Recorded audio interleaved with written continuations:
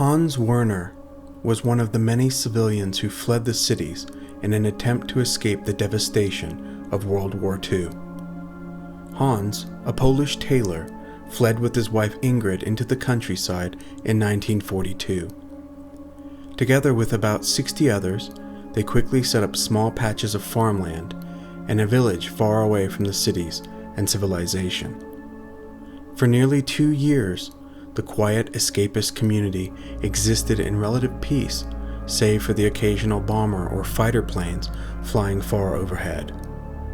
The community was nestled in a forest, and under the protection of the tree canopies, day-to-day life was shielded from the ever-watching eyes of the German army.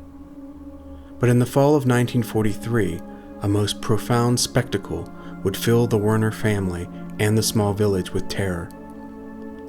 One early morning, Hans, along with a young man from the village, was tilling some of the farmland when they noticed what appeared to be German planes far in the distance. The two men noticed that unlike every other German flyby, these planes were behaving much differently. The planes appeared to be flying slowly and very low to the forest canopy. They suddenly disappeared from sight. Hans knew this could only mean one thing. There was no smoke, and several of the planes had disappeared this way. They were landing.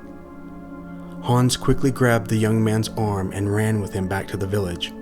He called out, and soon the entire village was gathered together for a hushed meeting.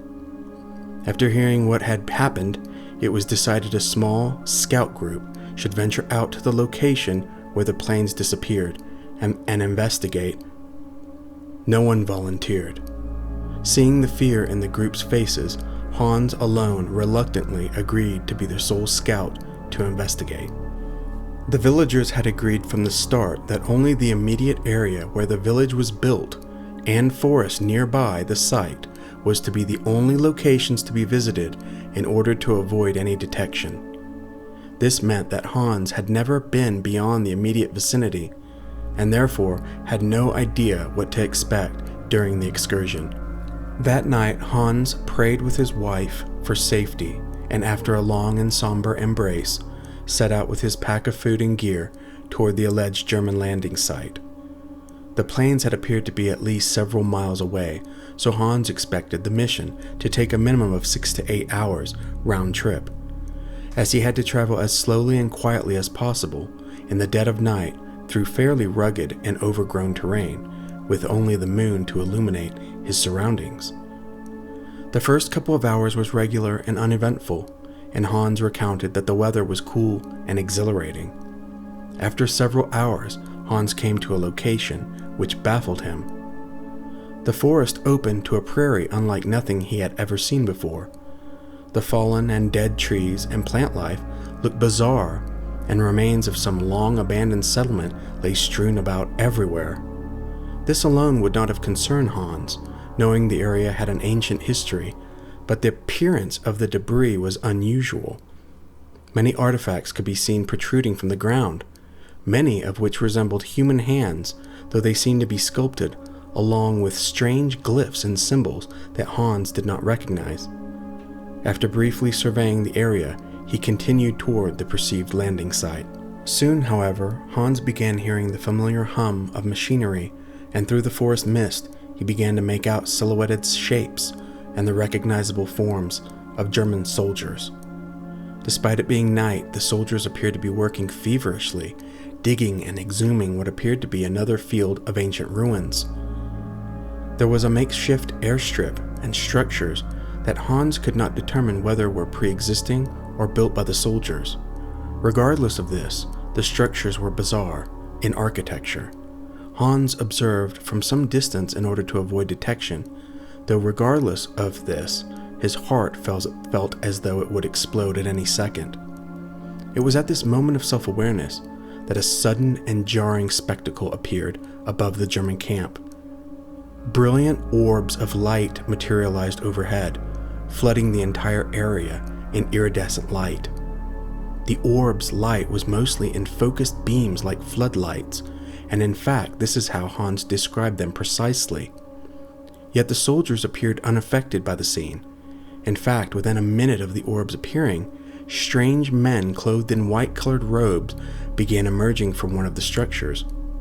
Oddly, the men appeared to have simply thrown the hoods on in a hurry over their uniforms, as the distinct shapes of the soldiers' uniforms were apparent through the robes.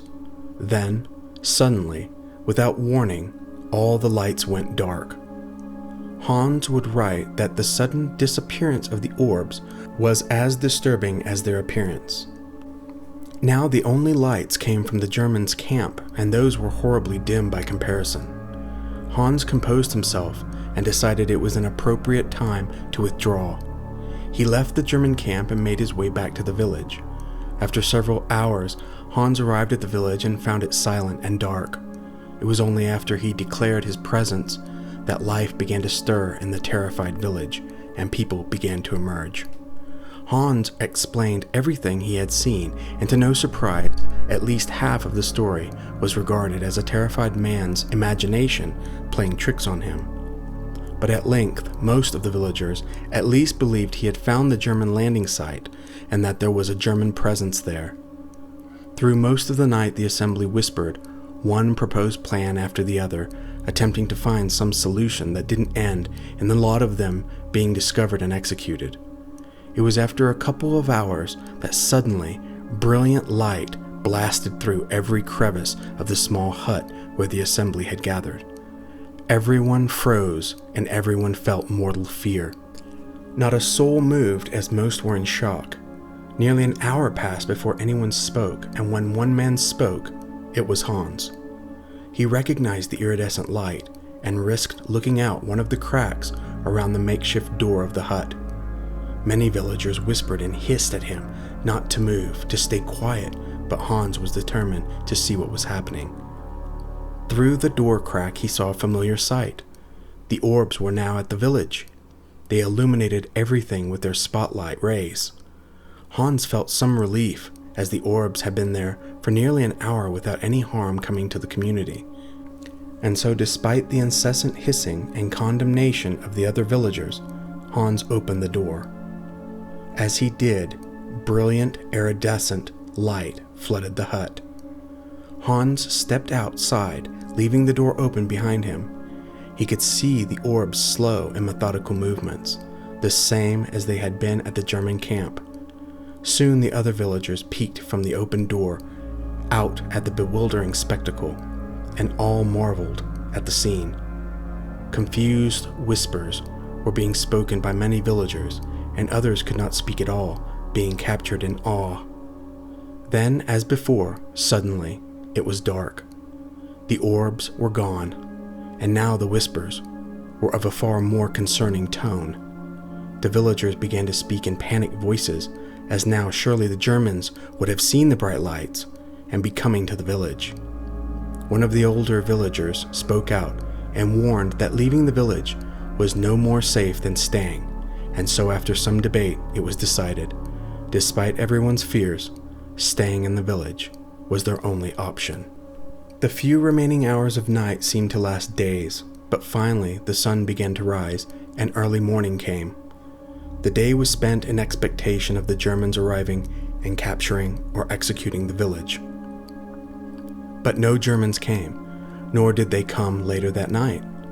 The next day was the same, and the villagers began to relax, believing it was possible the Germans had not seen the lights that had come 2 nights earlier. Hans volunteered to return to the German camp to be sure the Germans were not on alert, despite him knowing this time the trip would be far more dangerous. Once again, he waited until night and said his goodbyes to his wife before setting out. Traveling the same path he had taken before, Hans felt a sense of familiarity and calm. Despite his mission, he felt far more at ease this time. He soon came to the first ancient settlement, which appeared as it did the last trip, so he quickly passed over the field and made his way to the landing site. Creeping slowly, the first thing Hans noticed was the humming of machinery was gone. As a matter of fact, Hans could hear no sound at all. He crept slowly near the spot he had been before and looked out at the German campsite. To his amazement, the site appeared completely abandoned. No lights, no planes, no equipment, and best of all, no German soldiers. After staying in that position for several hours, to be certain the camp was abandoned, he finally made the decision to return to the village. This time Hans returned with wonderful news. The Germans were gone. The entire village erupted in shouts of elation, and within a few days, life in the small village returned to relative normalcy. Several years later, the war finally came to an end, and most of the villagers made their way back to what was left of the cities to attempt to find lost family and friends. The story of Hans Werner and his village was lost in the post-war rebuilding effort, and were it not for a few of Hans' journal entries found later in the lives of his and Ingrid's grandchildren, the tale of the Germans, the occult, and the brilliant orbs would have been lost forever.